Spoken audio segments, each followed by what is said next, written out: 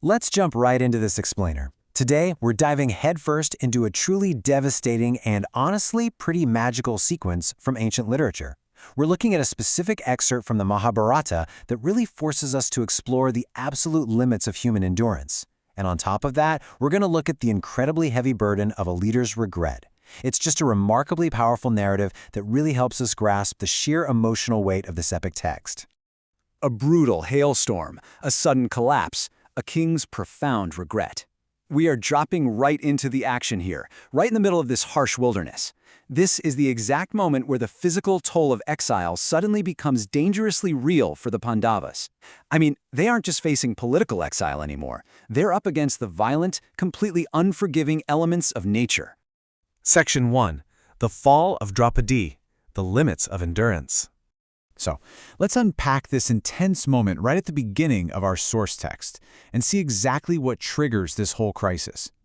The high-souled sons of Pandu and Draupadi had proceeded for only 2 miles when sheer physical exhaustion struck. Seriously, just 2 miles.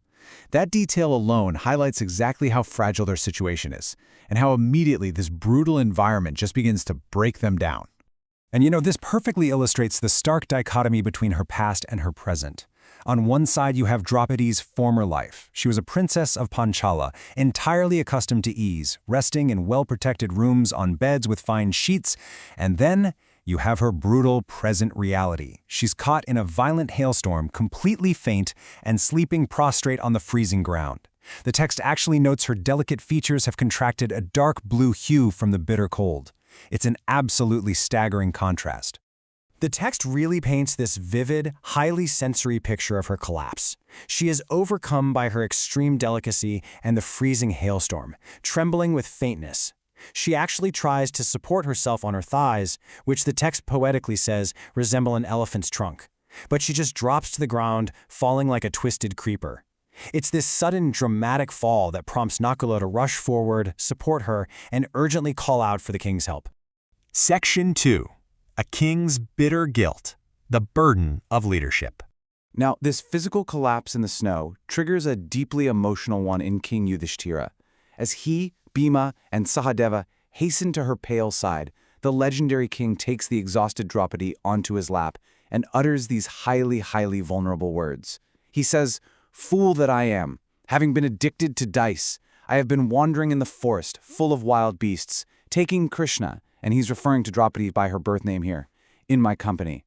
This is a massive moment of accountability. He is taking full, agonizing responsibility for his devastating gambling addiction, realizing his personal failings are the direct cause of her suffering.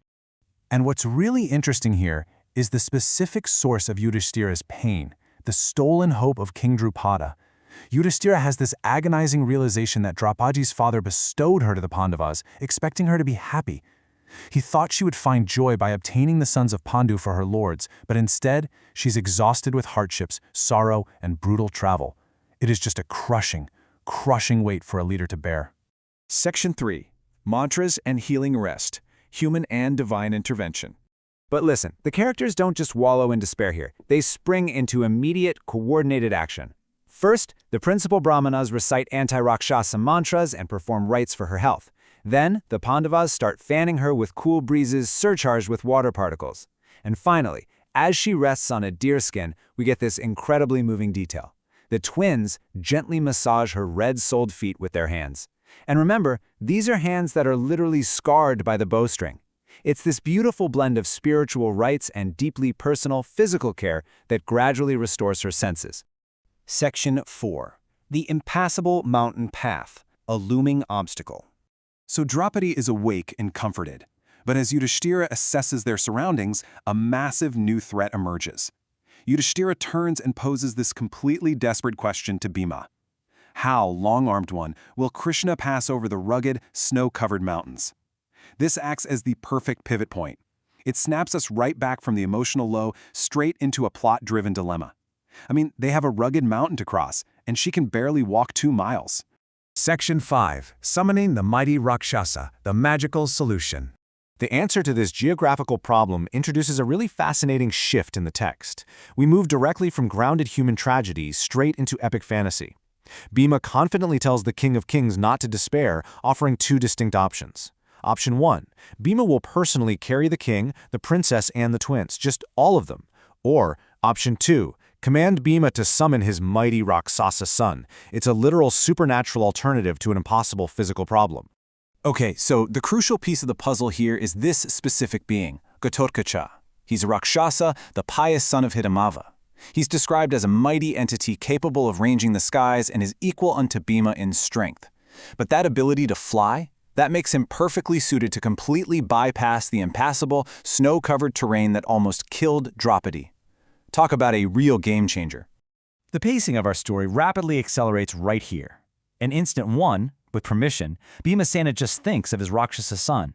Instant 2, Ghatotkacha makes his appearance with incredible speed. In Instant 3, he respectfully salutes the Pandavas and Brahmanas, standing there with joined hands. A mere thought brings him instantly to their side where he is warmly caressed by his family. This beautiful reunion culminates with Ghatotkacha addressing his father with absolute devotion. Having been thought of by thee, I have come here with speed, in order to serve thee. Do thou, O long-armed one, command me. He pledges his absolute loyalty. And hearing this, Bhimasena gives the mighty entity a tight hug to his breast.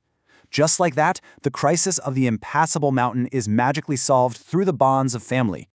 As we wrap up this explainer, I want to leave you with this final thought. Where exactly does human endurance end? And when does divine intervention become our only hope for salvation? We've seen an incredible intersection today of a leader's mortal frailty and a literal supernatural rescue. So, what would you do to save those you led into the harsh wilderness? Think about that for a bit. Thanks so much for exploring this fascinating text with us today.